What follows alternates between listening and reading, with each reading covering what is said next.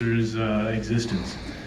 I mean, obviously, against it. Are you asking about the thing that?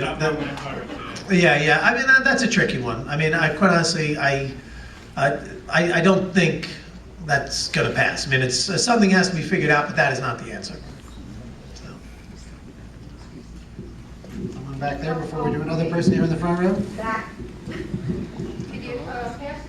I can repeat one in the meantime if someone has one. And then sort of the middle.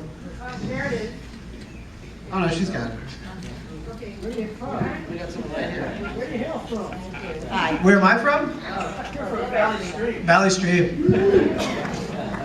Loved your film and actually saw it for the second time. It was being shown in Great Neck, and unfortunately you couldn't show, but we saw your sister, who was also very interesting. And it's great that we got to see all of you now. A couple of things. You said that everybody could play and figure out their roles.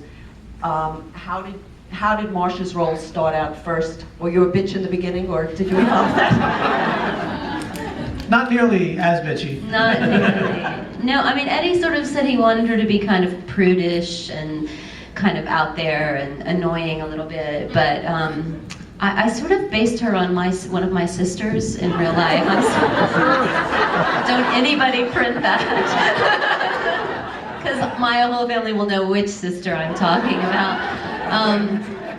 But she has a very contentious relationship with her husband, and she just doesn't care what flies out of her mouth, and to the point where my kids won't even go visit her because they're like, she's so mean to Sean, you know, and oh, don't write that name down.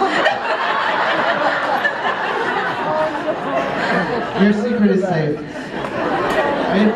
Your secret is safe. I also have sisters, two of them. So you know, right? So anyway, that's kind of, and then you know, he gave me the freedom. He was like, just take it as far as you want, and I trust him so much as a director. I trust he would pull it back if it was too much, and I had so much fun, because how often do we get to say just whatever we want to say in a social situation or to people we love, and it was great to play that. I have a question. Also, Ed, you mentioned that you spoke to everybody and you were asking them how should they get a divorce, what should happen, etc. Had you thought about bringing in a therapist at all?